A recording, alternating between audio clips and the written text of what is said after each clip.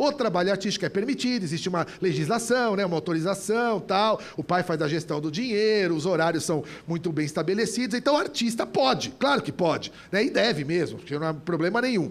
Né? Eu pergunto para vocês, uma youtuber mirim, de 9 anos de idade, que todo dia, às 8h30 da manhã, tem que postar um videozinho no YouTube, vendendo alguma coisa, porque hoje 90% delas vendem, recebem patrocínio, recebem uma grana que é maior do que todos nós juntos, faz um unboxing de um presente e fala para o seu pai comprar, esse presente é muito legal, isso é trabalho infantil ou isso é arte? Essa é uma discussão que a gente vai precisar se envolver. Isso é trabalho infantil ou isso é arte? Né? Isso não é novelinha de YouTube na minha leitura. Passo próximo. Instrumento é neutro, instrumento serve, um computador serve para você fazer um trabalho, serve para você bater na cabeça de uma pessoa. O instrumento é neutro. Para de também a gente endemoniar um aparelho totalmente inerte, tá? Clica o próximo. Likes não produzem afeto, essa é uma discussão que eu tenho feito com os meus adolescentes. Like não produz afeto, a gente também tem essa leitura do meu residente lá, que aquela clicada faz você ser mais ou menos feliz. Terminando, clica o próximo, essa é a tal da Hebe, preciso só falar dela porque ela é a minha inspiradora, é a tal da menina virgem loira que servia vinho, servia ambrosia para os Zeus e para a turma dos Zeus naquelas festas do Olimpo. É daí que surgiu o nome Beatria, é daí que surgiu o nome da área que eu faço dentro da pediatria, que é a medicina de adolescentes, tá? Dizem que a Hebe um dia deixou cair o vinho no chão, deixou cair a ambrosia no chão, deu uma confusão lá no Olimpo, por isso que também surgiu essa ideia de que ela, mais revoltada, mais briguenta, mais desengonçada, mais problemática, deu um nome para a área. Então veja que o nome da área já começou um pouco fraturado, mas é daí que vem a história. Ebiatria vem da tal da Hebe. Mas eu termino essa minha aula nesse espaço solene, agradecendo aí o convite e a paciência de vocês, te contando o que aconteceu aquele dia na festinha do Olimpo, porque hoje nós descobrimos o que aconteceu. Presta atenção na mãozinha da Hebe. Clica o próximo. Mais um. Isso. Parece que a Hebe estava trocando ali uma mensagem com outro Deus bonito, por isso que deixou cair o vinho, por isso que deixou cair a ambrosia no chão. O assunto é extenso, eu tentei cortar, a gente começou um pouquinho atrasado, mas obrigado pela paciência de vocês, muito obrigado.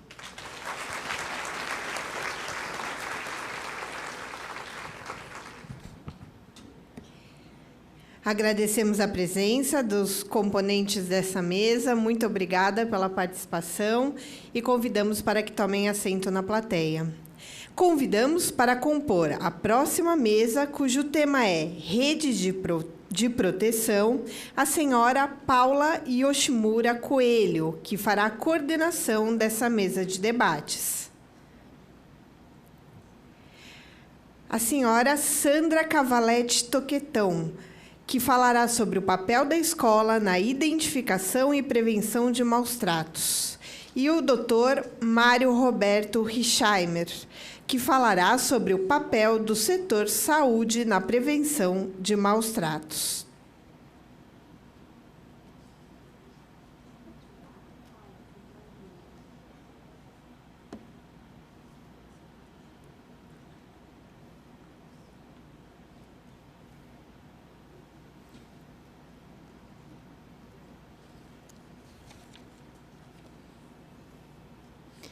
Passo a palavra, então, à senhora Paula Yoshimura Coelho para a coordenação dessa mesa.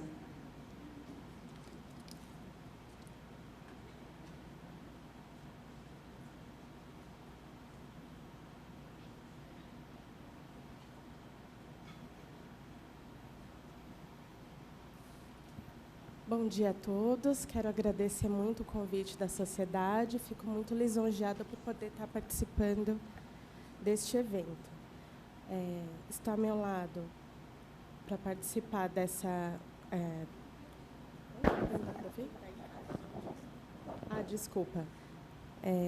participar dessa mesa redonda sobre a rede de proteção, Dr. Mário Roberto Richheimer e a doutora Sandra Cavaletti Toquetão.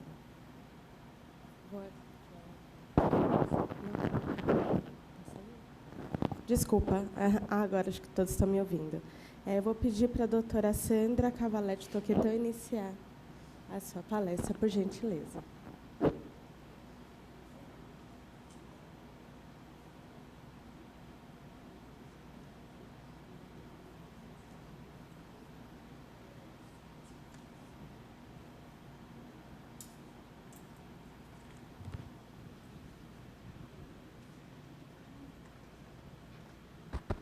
Pronto.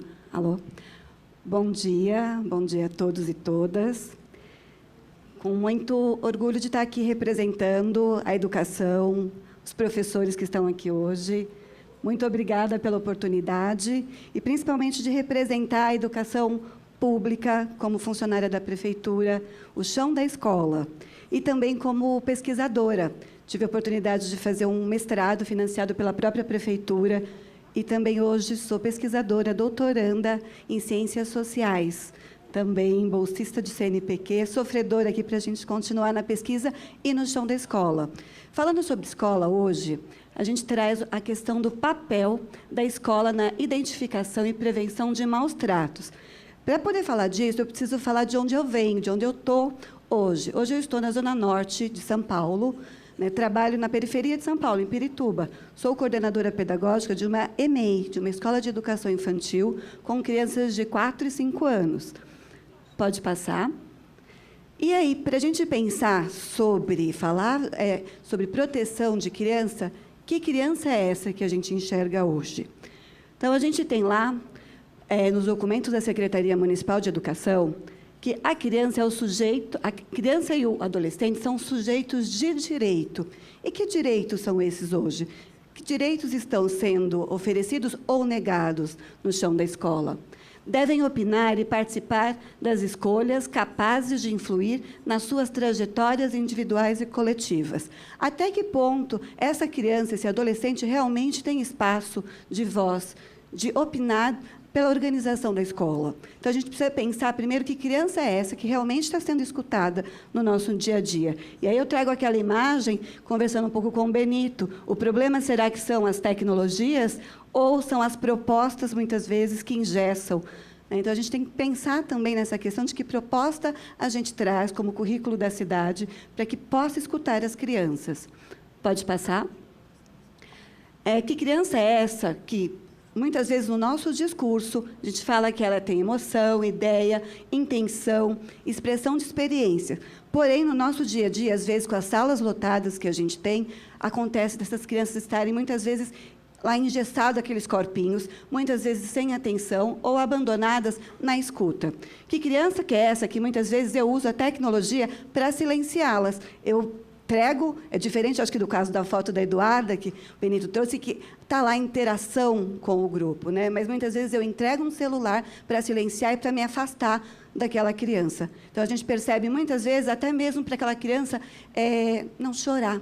Então, chorar é uma linguagem, a criança se manifesta através do choro, mas a gente, parece que, quanto adulto, está com medo do choro, então entrega logo o celular e deixa ela sozinha lá. Então, o problema que a gente vê, e é uma das violências que hoje a gente vai falar aqui, é esse abandono por conta da tecnologia, onde eu jogo a tecnologia para me livrar e não uso ela para interação. Então, não é o problema, a tecnologia ela não é a questão, o problema. A tecnologia, o artefato, ele é inerte, mas o que você faz com ele, que hoje a gente pode pensar? Pode passar? E aí, na escola, qual é a educação que protege contra a violência? Para a gente pensar sobre isso. Toda criança e todo adolescente tem direito a um ambiente seguro, mas nem todas têm esse direito garantido. Em diferentes partes do mundo, crianças e adolescentes estão expostos a diversas formas de violência que os afastam da escola e colocam sua vida em risco.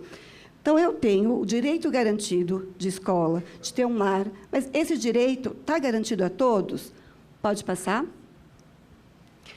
Tenho também algumas legislações, e eu acho que a legislação brasileira de proteção da infância é uma das que mais tem legislação, né? Mas até que ponto isso realmente está chegando? Porque, como o nosso vereador Natalini falou, a legislação está aí, mas muitas vezes ela não está sendo empregada. Então, a gente tem lá, desde a da Constituição de 88, que vai garantir a criança como um sujeito de direito.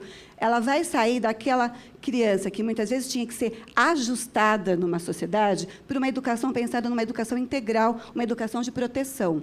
Então, a gente tem lá a Constituição já falando que é dever da família, da sociedade, do Estado, assegurar a criança ao adolescente, assegurar a criança, ao adolescente e ao jovem com absoluta prioridade direito à vida, à saúde, à alimentação, educação, lazer, profissionalização, cultura, dignidade, respeito, liberdade, convivência familiar e comunitária.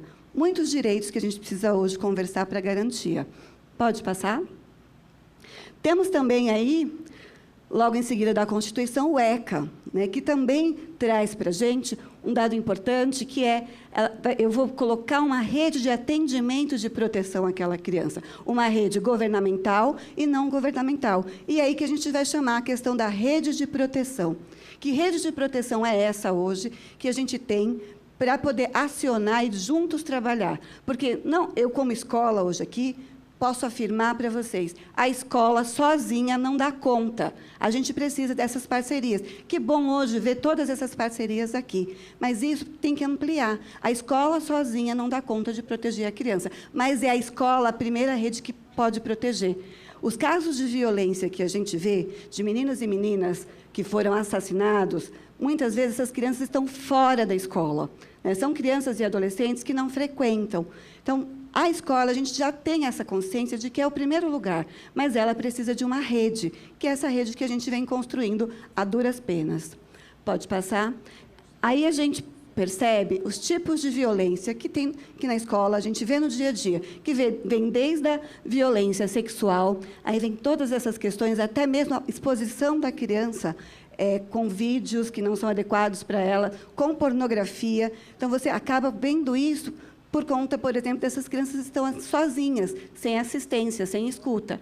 A violência emocional, a negligência, a alienação parental, que é uma questão, muitas vezes, com as famílias hoje, mosaico, existe uma grande briga entre as famílias de quem fica com essa criança, quem não fica. Muitas vezes você faz a escuta de uma família, da mãe, a mãe traz dados do pai, o pai fala mal da mãe. Como a gente pode construir uma rede de proteção com as novas famílias configuradas? Também precisa se pensar sobre isso. E a violência física, que a violência física vem, muitas vezes, não só do bater, né, os maus tratos que a criança sofre, o abandono que ela sofre também. A gente está nesse viés. E onde a gente percebe, é mais fácil de perceber, é a questão, por exemplo, da escola. Está lá no dia a dia, escutando aquela criança. E aí me espanta, muitas vezes, políticas como o homeschool, que tira a possibilidade da criança frequentar a escola. Então, a gente tem que pensar sobre isso. A escola hoje é obrigatória a partir dos 4 anos. Né? Ela tem que ser acessível às crianças. É lá que a gente, sim, vai proteger contra a violência doméstica, porque ela existe, sim.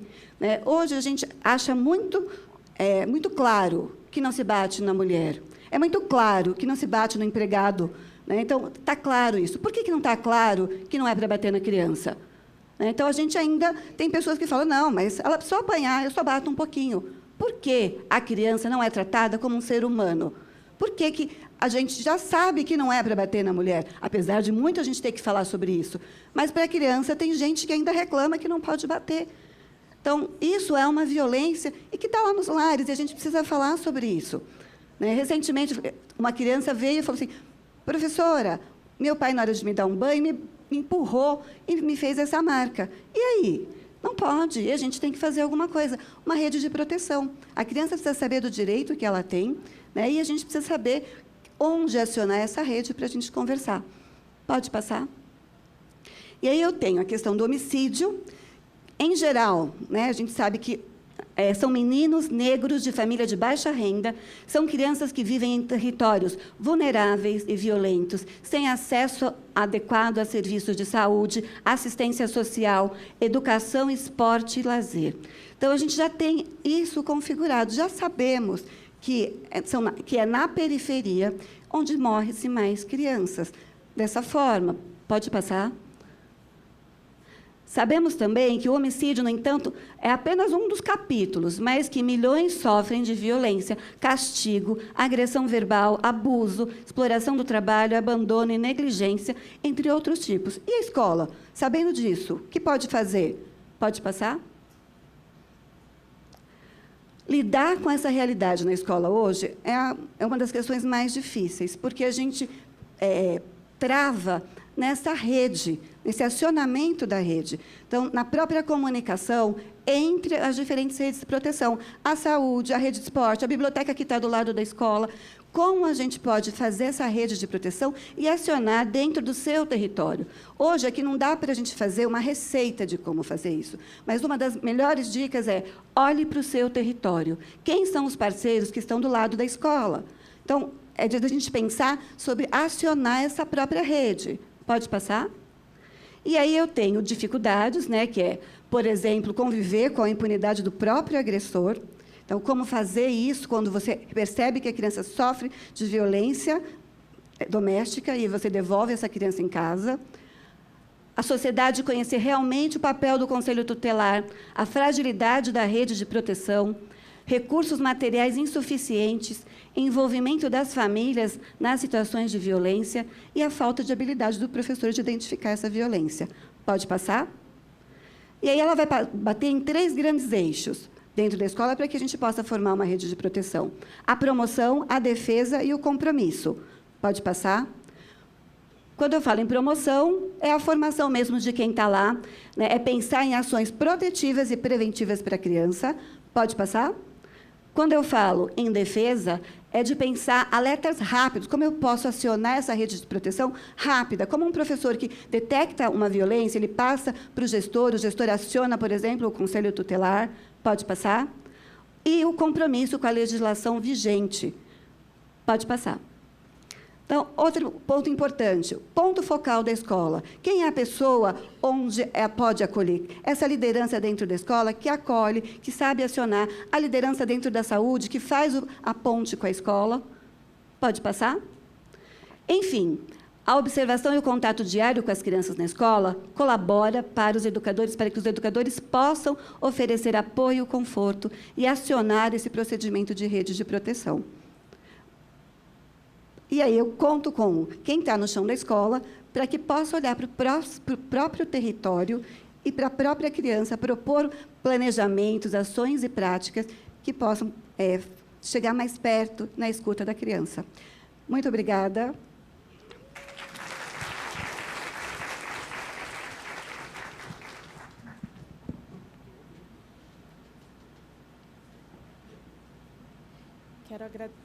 Quero agradecer a brilhante apresentação da senhora Sandra Cavalete Toquetão.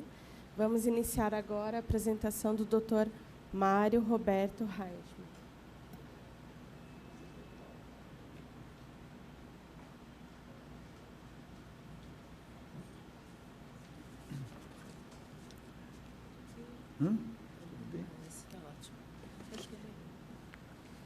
Como não tenho muita presença de palco, né, invejo o Benito e a Sandra por isso, né, eu vou assim, ser mais tradicionalzão aqui, de falar daqui. Bom, eu não combinei absolutamente nada com a Sandra do que a gente ia falar, né, mas vocês vão que tem algumas coisas que são tão incomuns aqui. Bom, para começar, eu sou pediatra, tá? E minha especialidade é endocrinologia pediátrica e trabalho em terapia intensiva, né? Então, não, né? Para quem acha que eu faço pediatria preventiva e social, não é bem a minha, né? Mas exatamente por fazer especialidade é que a gente acabou vendo que muitos daqueles pacientes que a gente atende poderiam não estar lá, né? Porque são vítimas de violência e o combate à violência é uma coisa que está no nosso cotidiano, particularmente, por exemplo, na UTI, onde eu trabalhava, né? E a partir do individual a gente foi para o coletivo e vê que muita coisa tem que ser feita nesse sentido. O próximo, por favor, Tiago. O setor saúde age em todos os níveis de combate à violência, né? A primária, aquela que é dirigida à população como um todo, eu vou depois especificar isso melhor. A secundária, que é tentando identificar qual é a população mais vulnerável, tá? E a terciária, quando a gente já está atendendo o próprio paciente, né, uma possível vítima de violência. Próximo. Vamos ver o que é prevenção primária. Inclusive, quem já falou um pouco sobre prevenção primária e a ação da saúde foi o próprio vereador Gilberto Natalini, quando ele falou da atividade que a Sociedade de Pediatria tem em propostas legislativas. Então, corroborando aquilo que a Sandra falou, né? Observância da Constituição Federal. Aquele artigo que a Sandra mostrou com detalhes, que é o artigo 227, é a única que tem, em todos os 250 artigos da Constituição Federal, a única que está escrito com absoluta prioridade é esse artigo 227. Então, a proteção à criança, na realidade, é um dever constitucional de todo brasileiro, ou de todas as pessoas que vivem nesse país. Tá? Então, a observância desses direitos com absoluta prioridade, né, é uma coisa que o setor de saúde, né, tem a obrigação de fazer. Lembrando que o Estatuto da Criança é a regulamentação, por assim dizer, do próprio artigo 227. Entretanto, o setor saúde tem que contribuído na forma de propostas legislativas.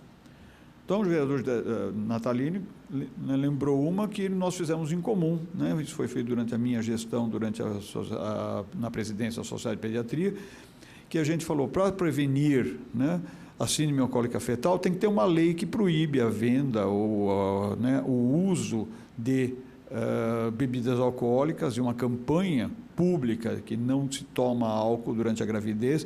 E isso foi uma proposta de legislação que partiu da Sociedade de Pediatria. Assim como, né, a descrição da síndrome de Richard Gardner, né, fez com que a Sociedade de Pediatria, ou fez com que os pediatras, os psiquiatras particularmente, que faziam psiquiatria infantil, né, sugerissem que a alienação parental, que é a causa principal da síndrome, num distúrbio de comportamento, um distúrbio psiquiátrico chamado a síndrome de Richard Gardner, né, e que a prevenção disso tinha que ser feita através de uma legislação. Então, em 2010, surgiu uma lei que caracteriza o crime de alienação parental. Tá? Da mesma forma, né, identificado a violência doméstica ou, né, como uma das causas da perpetuação da violência na nossa sociedade, tá? E que muitos usavam da violência física como forma disciplinadora ou educacional, tá? Né? Os médicos também propuseram que fosse criada a lei da palmada, que demorou bastante, aliás, para ser aprovada. Tá? Atualização do Código Penal, né? Veja que ela é atualizada periodicamente, a última atualização, todo mundo fala assim, o Código Penal é antigo, né, de 1940. Não, ele é atualizado, né, frequentemente. Tá ali a última atualização caracterizando melhor os crimes sexuais e, digamos, introduzindo novos crimes sexuais, até em função da própria informática, né, como apresentou o Benito. Né? Algumas coisas precisam ser caracterizadas como crime. Então, o setor de saúde também participou disso. Né? E aqui uma homenagem a um colega recentemente falecido que, né, fez a proposta da Política Nacional de Busca de Pessoas Desaparecidas, né, Dr. José Fernando Vinagre, que é um pediatra de Mato Grosso, que era representante de Mato Grosso no Conselho Federal de Medicina, né, que propôs essa Política Nacional de Busca às Pessoas Desaparecidas. Falei, né, vejam que é bem recente essa lei e, lamentavelmente, né, o Dr. Vinagre faleceu recentemente. Tá? Mas não adianta criar as leis. Também é importante que haja implementação dos programas para uma normatização de ações que evitem os focos de violência. Então, a lei só não adianta se não houver implementação dessas leis. Próximo, por favor. E como é que a gente vai identificar essa população vulnerável para que eu faça políticas dirigidas especificamente a eles? Primeiro, a identificação. Identificar quem é essa população de risco. Tá? Ou estar atento a fatores predisponentes, nós vamos falar disso daqui a pouquinho. Tá? E aquilo que nós estamos fazendo aqui hoje, entre outras coisas, e tentando fazer isso com a maior frequência possível, né, em programas de treinamento de agentes de saúde, de educação, da justiça, da segurança, tá? Implantando uma filosofia de intolerância a qualquer tipo de violência, né? Inclusive tentando combater aquela que, né, chamada pedagógica, que até, ironicamente, alguns chamam, não, psicotapa não faz mal nenhum. né? Não tem psicotapa, não tem agressão física que justifique uma ação pedagógica, né? Isso é ensinar para a criança que, em último caso, os conflitos se resolvem na porrada. E não é isso que, né, que a gente tem que passar né? Já começa aí a implantação da política da intolerância em relação a qualquer tipo de violência, tá? E a outra coisa, a intolerância também, né? A negligência, que é a principal causa, é a causa mais frequente, né, de violência contra a criança, ela ser mal cuidada, né? É o maltrato, é o cuidado negligenciado, é o cuidado da saúde, a educação, etc., né? E, às vezes, simplesmente ela é tolerada na sociedade porque é considerada não, né? A pessoa não teve a intenção de maltratar, né? Afinal das contas, ela é pobre, ela é ignorante, né?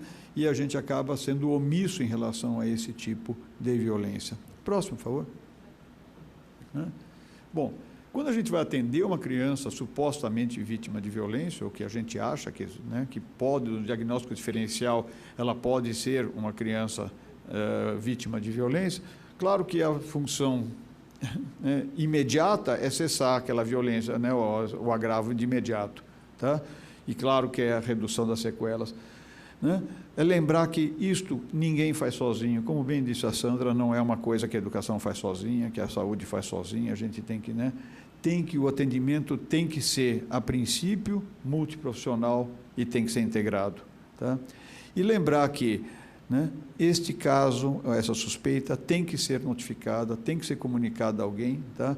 Porque a partir desta notificação, a partir desta comunicação, é que vai se formar, digamos assim, né, o banco de dados para eu poder identificar quais são os grupos de risco e identificar, né, que políticas que eu posso adotar no sentido de prevenir que aquilo aconteça com outras crianças. Próximo. E onde é que a gente atua, né? A saúde atua simplesmente em todas as áreas, né? Em todas as frentes, na sociedade, na comunidade, na família. O próximo, por favor. Tá? Então, está aí, que nós tentamos representar aí aquela rede que a Sandra comentou, né? Como é que, né, quem é que compõe essa rede? Né? Essa rede está, né, no âmbito da sociedade. Eu sempre coloco ali primeiro assistência à saúde, porque eu sou da saúde, né? Mas eu podia começar aquela rede em qualquer nó ali, né? A rede de proteção é constituída por todos nós: saúde, educação, justiça, legislativo, conselhos tutelares, segurança pública, todas as formas de assistência social, tá? E não esquecer da importância fundamental que tem a mídia nisso. Se a gente não divulgar, se a gente não disser, né, como é que as coisas funcionam, se a mídia não divulgar isso, a coisa se perde por aí, né? E essa rede deve amparar quem? Né? As comunidades, a família, e lembrar sempre que a vítima está inserida numa família, está inserida numa comunidade. Próximo. Né? Então, qual é o desafio que nós temos aí? O desafio é isso aí, tá? É integrar o conhecimento médico-científico, conhecimento psicopedagógico, o jurídico, sociológico e de gestão, porque isso não se faz sozinho, tá? A sensibilidade ética humana em uma única abordagem, porque abordagens múltiplas simplesmente revitimizam a criança novamente. Próximo. Lembrando, então, que tudo isso aí, por que tem que ser integrado numa abordagem única? Porque ela tem que ser interprofissional, tem que ser em equipe, tem que ser institucionalizada, não dá para fazer isso individualmente, tá? Essas instituições têm que estar relacionadas entre si, tá? Em que cada uma delas saiba exatamente o seu papel. Próximo. Né? A detecção dos grupos de risco, né, ou das possíveis vítimas, né, a detecção dos riscos e identificação de possíveis vítimas, né, atinge na assistência médica todos os níveis, já começando no pré-natal, por exemplo, com a prevenção da síndrome alcoólica fetal, que o vereador comentou na abertura desse evento. Tá? Mas continua-se, né, já na maternidade, continua-se durante a pericultura e vai até o atendimento dos adolescentes. O próximo. Né? Veja só os indicadores, né, de risco, né, que acontece, que você pode identificar no atendimento pré-natal. Tá? Então, Se perceber, então, isso vai mais ou menos no âmbito da obstetrícia, né? Durante o pré-natalista, precisa estar procurando esses fatores para saber se aquela é uma criança, né, vulnerável, desde que a gravidez indesejável, né, sendo, né, aquela gestante vai ser a única responsável por essa criança, né? Essa gestante é drogadita, ela faz uso de álcool, ela tem história pessoal de vitimização, né? São coisas que o pré-natalista pode identificar e dar uma atenção especial para essa gestante, porque essa criança está num grupo de risco simplesmente por estar contemplando um desses aspectos. Próximo. Né? Já na maternidade, a maternidade também, né? Já que a mãe está lá internada, né? Aproveite e observa se essa mãe tem uma conduta adequada em relação a essa criança que acabou de nascer. Se ela não está apresentando uma depressão, se ela não tem raiva, apatia, se ela não faz comentários depreciativos sobre o nenê, né? Se ela tem repulso à secreção, se ela tem desinteresse na amamentação, né? Se ela tem desinteresse pelas orientações, isso tudo são identificação de indicadores de risco no atendimento, né? Isso ainda dentro da maternidade. Próximo. Né? No atendimento de pericultura, então, outras coisas que simplesmente às vezes não faz parte. A gente pergunta do desenvolvimento das vacinas, alimentação, e esquece de verificar se existe algum fator predisponente social para que essa criança seja uma possível vítima de violência e consiga atuar preventivamente nesse sentido. Próximo. Tá? No atendimento propriamente dito, né, uma coisa que a gente sempre diz, né, o profissional que atende uma possível vítima de violência tem que ter em mente que há sempre 2 ou mais vítimas no abuso perpetrado contra uma criança. Claro, a própria vítima, né, a própria criança, mas lembrar que a pessoa que comete o abuso contra a criança, que comete a violência contra a criança, ela também é uma pessoa que a gente pode considerar doente. Né? E geralmente tem outras pessoas daquela família envolvidas também, ou, né, causando ou sofrendo alguma violência dentro de casa. Então, né, nunca é uma única pessoa que a gente tem que atender.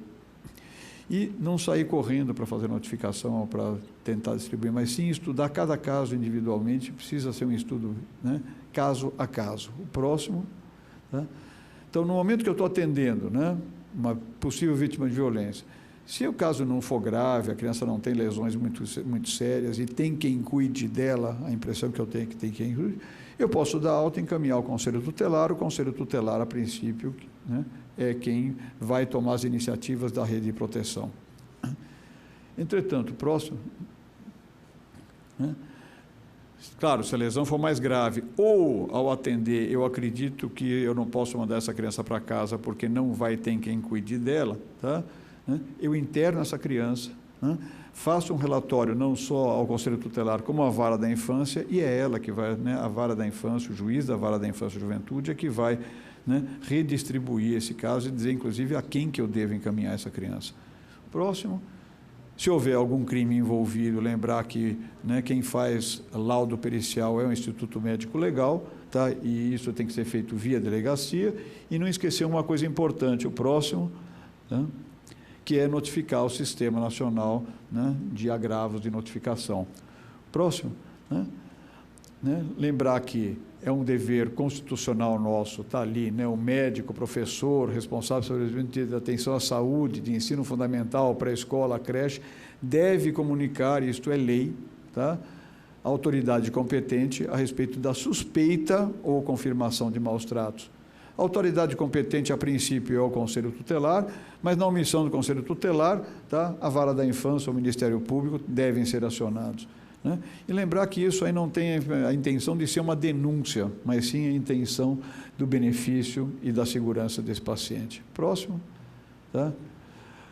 E, além de notificar o Conselho Tutelar ou a Justiça, né, notificar também ao SINAM, porque vai ser a fonte de informação para a prevenção secundária.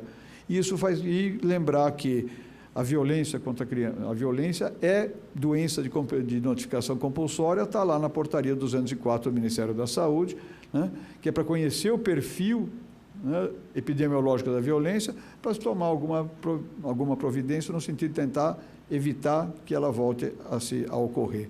Próximo. Está aí a lista de doenças de notificação compulsória, está em ordem alfabética, só chamando a atenção que a violência faz parte das doenças de notificação compulsória. Próximo. Às vezes assim, pô, mas cadê minha equipe? Só estou eu aqui, né, para atender. Né? Lembrar que existem outras formas de você não se expor. Então, todo caso de violência tem que se estudar o momento oportuno de fazer essa notificação, tá? É aconselhável que seja feito pela instituição e não pelo médico, ou pelo assistente social, ou pela professora, mas sim pela instituição, né, pelo gestor da instituição, tá? E não se envolver pessoalmente, mas caso não haja alternativa, não haja uma instituição que assuma no teu lugar, né, acabe utilizando o Disque Denúncia, que pode ser o 181 ou o Disque 100. Próximo. Tá? Temos algumas dificuldades, tá? Vencer a resistência e o medo dos profissionais para fazer a notificação, tá? E temos a dificuldade de, né, não faz parte da formação profissional, né, dos médicos, não existe, né, a matéria, esse assunto não é ventilado durante a formação, nem na formação, nem na residência, mas sim apenas isoladamente. Não é uma disciplina, e é isso, a gente tem que ficar batalhando por isso, tá? No sentido de formar e sensibilizar os profissionais inseridos no currículo de graduação, esse assunto, violência, né, de um modo geral, não só contra a criança, mas contra o idoso também, contra a mulher e assim por diante. Próximo.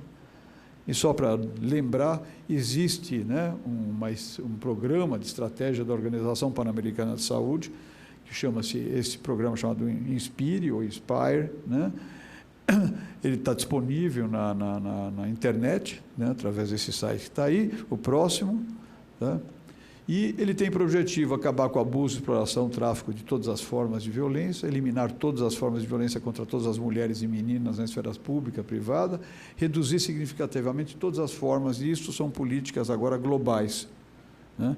Ou seja, não é que cada país tem que se cuidar, isso tem que ser cuidado por todo mundo. Próximo. Né? Tudo isso tem, né? A gente tem que fazer um pouquinho de publicidade também, né? Um livro publicado pela Sociedade de Pediatria de São Paulo, Sociedade Brasileira de Pediatria e pelo CFM, tá? Está disponível online em todos esses sites que estão aí. Próximo.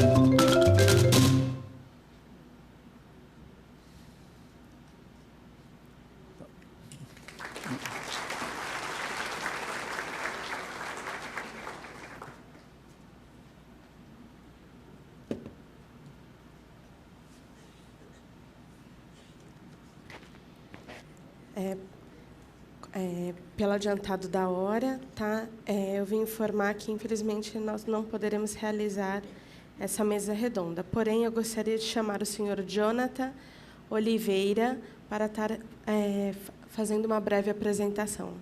Por gentileza. Obrigada.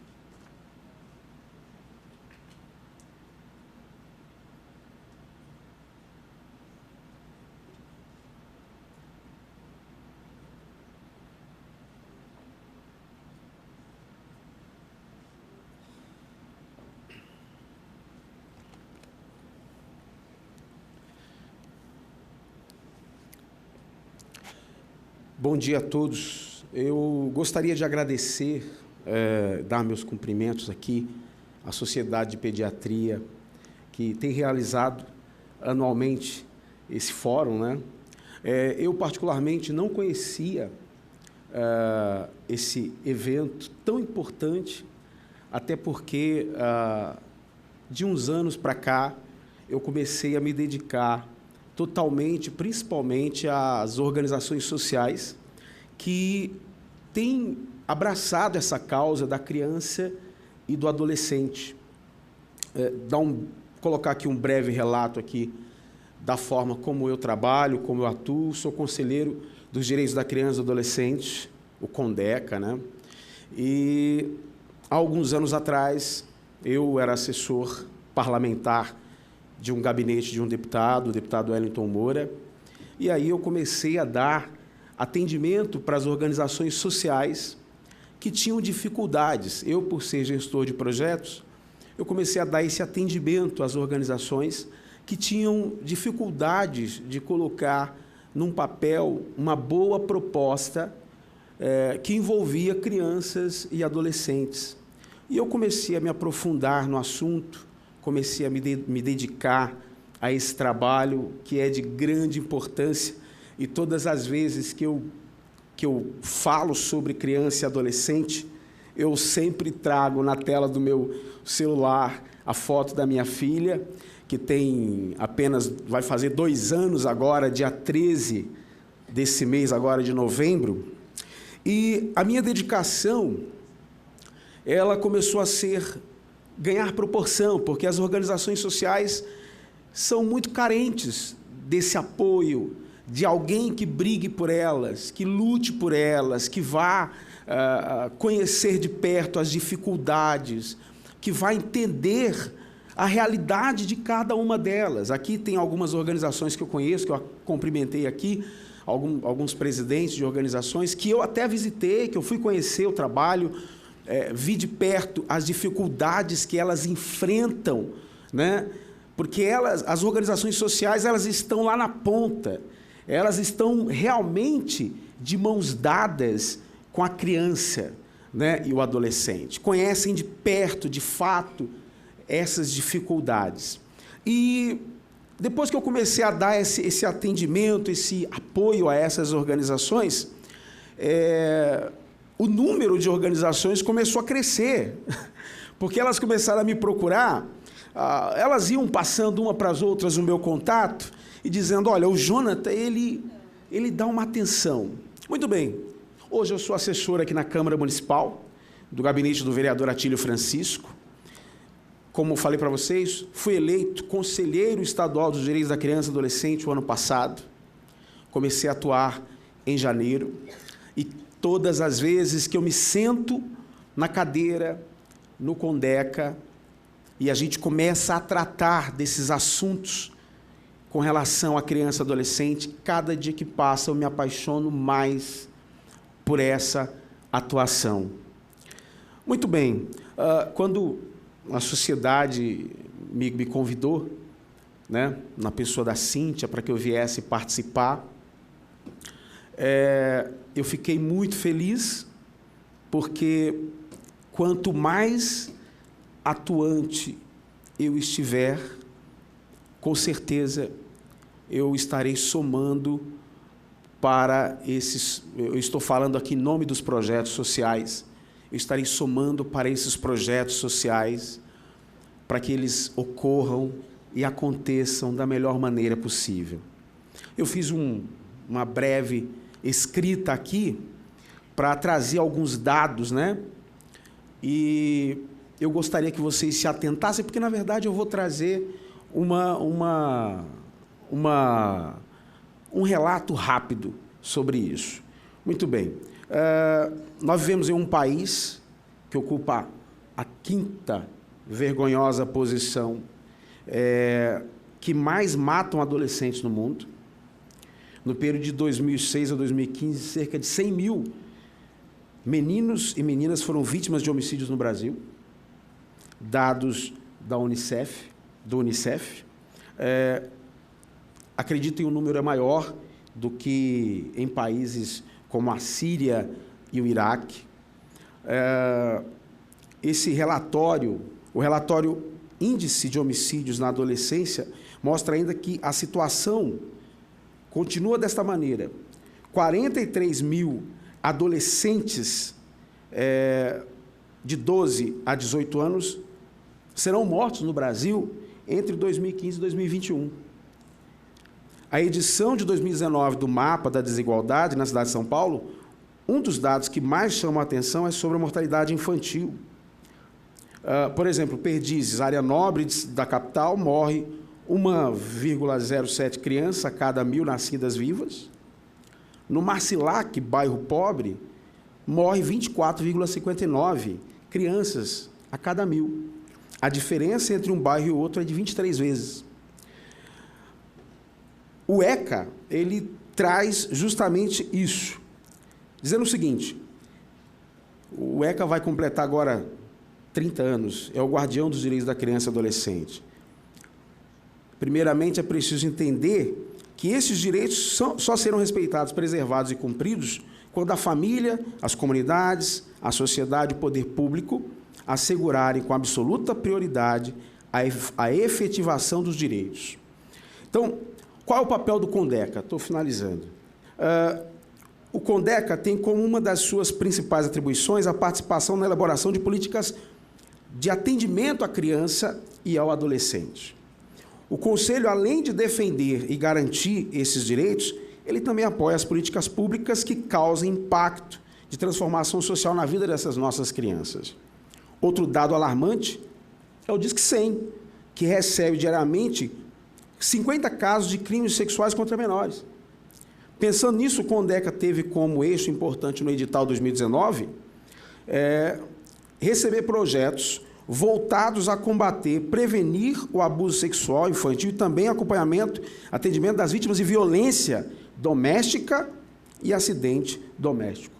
É importante reforçar que as nossas crianças e adolescentes só serão beneficiadas com essas políticas públicas quando eu, você, cada cidadão e principalmente as organizações sociais elaborarem e executarem projetos de qualidade que promovam a prevenção de danos que vêm desde o emocional ao físico. Precisamos entender que a sociedade estruturada que tanto almejamos e bradamos aos 4 cantos do país só se concretizará quando investirmos tempo, recursos e muito afeto naqueles que serão futuros cidadãos que tornarão possível essa realidade. Enquanto as nossas crianças carecerem do alimento, da educação e de oportunidades, a nossa sociedade continuará sofrendo com as mazelas que vemos hoje. O CONDECA está à disposição, fica ali na Antônio de Godoy, 122, aqui no centro de São Paulo. O Conselho se reúne toda a última quinta-feira do mês aqui na cidade de São Paulo. Foi um prazer, agradeço a oportunidade. Obrigado.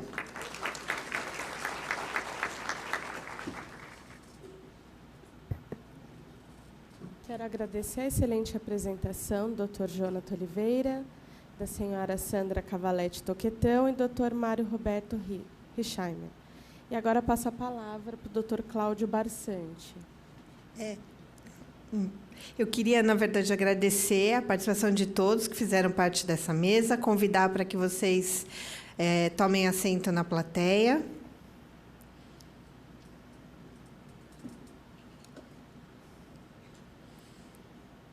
Convidamos, então, para compor a próxima mesa, cujo tema é Segurança e Acidentes com Armas de Fogo, Dr. Cláudio Barsante, que fará a coordenação dessa mesa de debates, e o senhor Eduardo Dias de Souza Ferreira, que será o palestrante desta mesa.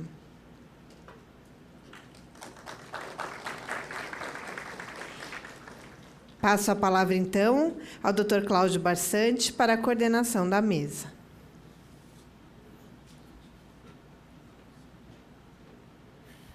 Bom dia a todos. É um enorme prazer estar desfrutando desse evento na presença de todos os senhores e senhoras e vermos que, mesmo num sábado, as pessoas aí desistem do seu descanso merecido e vêm participar ativamente da discussão aí dos assuntos e de tão grande importância. A minha felicidade também de coordenar essa palestra é muito grande, pois o doutor doutor Eduardo, ele é muito humilde, né? Porque se ele fosse colocar o currículo dele, aí acho que a gente levaria aí uns 40 minutos só para ler as atribuições aí que ele tem. Mas eu gostaria de destacar que ele é membro... Isso, então, que eu queria colocar que ele é membro do nosso honroso e combativo Ministério Público do Estado de São Paulo, e, mais do que isso, tem sido um grande amigo e parceiro da Sociedade de Pediatria de São Paulo na defesa dos direitos das nossas crianças e dos nossos adolescentes. E hoje ele terá 40 minutos para falar sobre segurança e acidentes com armas de fogo. Dr. Eduardo Dias de Souza Ferreira, muito obrigado pela sua presença mais uma vez, e tenho certeza que será apresentado um tema com muito brilhantismo.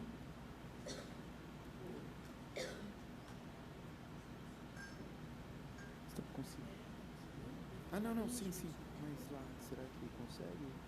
Tá.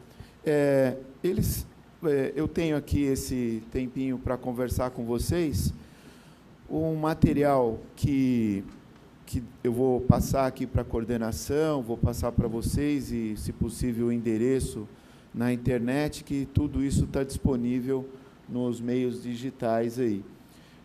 Mas eu queria chamar a atenção especial, e pediram para eu falar aqui sobre prevenção com acidentes de arma de fogo, né? No Brasil, segundo o levantamento que foi publicado agora, no começo desse ano, pelo jornal A Folha de São Paulo, e compilou vários dados de forma muito eficiente, e está disponível, se a gente procurar, está disponível, tem aqui o endereço, se der certo, eu projeto para vocês a matéria. No Brasil, a cada 3 dias, uma criança morre vítima de acidente de arma de fogo. Esses dados, esses números, eles eram muito mais altos há 15 anos atrás, e foram caindo vertiginosamente no ano de 2013, 2015, eles despencaram, especialmente com a questão do controle de arma de fogo, com a legislação restritiva de arma de fogo, chamado porte, a lei do desarmamento. Eu acho que vocês devem lembrar até do plebiscito, que foi um plebiscito bem bagunçado. Quem era contra tinha de responder sim, quem era a favor tinha de responder não, ao comércio de arma de fogo. A Universidade Federal de Minas Gerais fez um estudo sobre quem bancou aquelas campanhas de desarmamento, quem financiou aquelas campanhas, e relacionou a campanha a uma associação americana chamada Associação do Rifle, que existe há muitos anos. E as pessoas envolvidas no pós e contra desarmamento, de São Paulo, por exemplo, eu destaco quem era a favor do desarmamento, do controle bem rígido e até da vedação de comercialização de arma entre particulares, e que acabou resultando no equilíbrio que o legislativo é essa casa de tolerância e o resultante de forças, foi a lei, então, do desarmamento. Em São Paulo, de um lado, nós tínhamos o deputado Luiz Eduardo Greenhalgh, e, do outro lado, os deputados de São Paulo, Fleury Filho, e o deputado Cassione. Nenhum desses parlamentares que concorreram depois da eleição se reelegeram.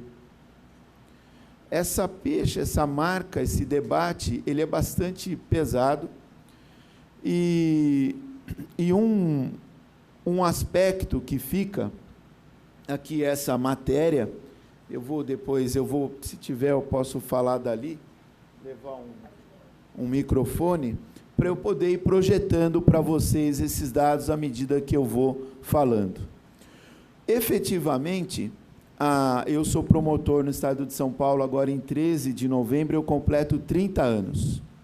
Nessa área de movimentos sociais e infância, a gente trabalha desde 1983 no SEAT, Centro de Estudos e Atividades Sociais da PUC, que misturava jornalismo, ciências, serviço social e direito na periferia de São Paulo. Meu grupo era na estrada do Mboi-Mirim, 8.000, Jardim Capela 2. Depois eu mudei o centro, já coordenando esse centro no segundo para o terceiro ano, como coordenador, além dos advogados que tinham, na favela do Jardim Ibirapuera, ali na Guido Calói, atrás onde era a fábrica da Calói, no morro, ali no Jardim Ibirapuera.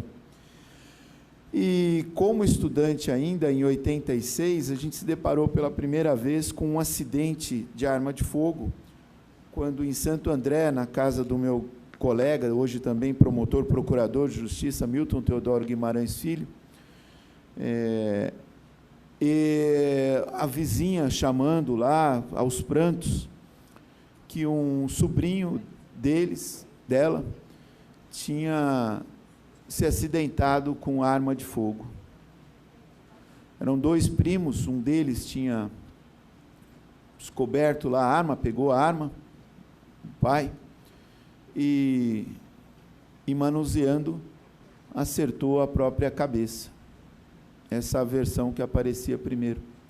Aí, no hospital, a gente foi lá, pronto-socorro, acompanhou a senhora até lá, não tinha condição de dirigir, o colega pegou o carro e foi. E aí, a gente, nos corredores lá, vendo aquelas histórias, a gente, já ele fazendo estágio MP, eu também já nessa área do direito, advogando, falou, mas essa história está esquisita. Aí, depois, o menino, o primo, acaba confessando que ele havia pego a arma e, manuseando essa arma, acabou disparando e acertando, né?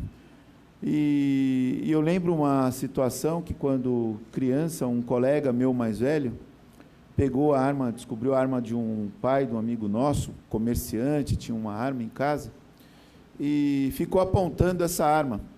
E, do outro lado, a gente vendo aquelas balas ali no tambor, que dava para ver, a arma revólver. E aí, eu fui o primeiro a me jogar embaixo da cama. E a gente gritando, berrando, graças a Deus, essa arma foi, não aconteceu nada nesse episódio.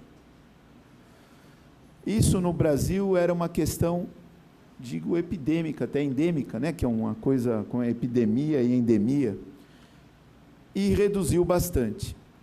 Aqui, esse que me pediram falar sobre essa questão da prevenção com acidentes de arma,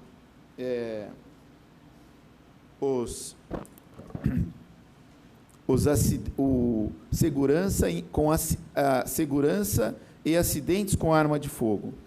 Então, do ponto de vista dos acidentes, a legislação de controle de comércio de armas melhorou muito, muito. Mas, mesmo assim, ainda é alto.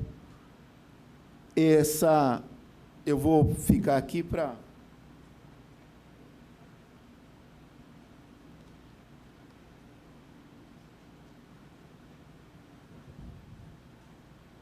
ele pegou... Está daqui, então. Ainda é alto. Aqui. A cada 3 dias, uma criança é internada após acidente doméstico com arma de fogo. Essa matéria é de 8 de fevereiro de 2019. Esses dados foram compilados e aqui se debate essa família, esse pai, o filho, comerciantes, que o filho achou uma arma e disparou contra a própria barriga. Por sorte, pegou de raspão. Agora, vejam esses gráficos aqui. Aqui é que é coisa... 96 vítimas até 14 anos em acidentes domésticos. 97, 29, e vai caindo, 98, 17, 16, e a gente experimenta uma grande queda, 2004, com a questão dessa questão do desarmamento, e vai chegando ao ponto bem baixo, aqui em 2009, vai se estabilizando em 2011, 2012, 2007, 7 acidentes registrados, 9, 7, 16.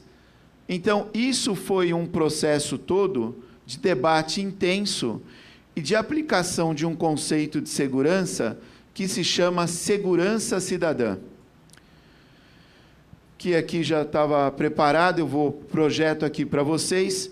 é no site da... Se puder me ajudar aqui enquanto eu falo, esse relatório ele vem publicado na OEA, aqui, ó, põe aí, OEA, Segurança Cidadã, OEA. Segurança Cidadã, relatório OEA.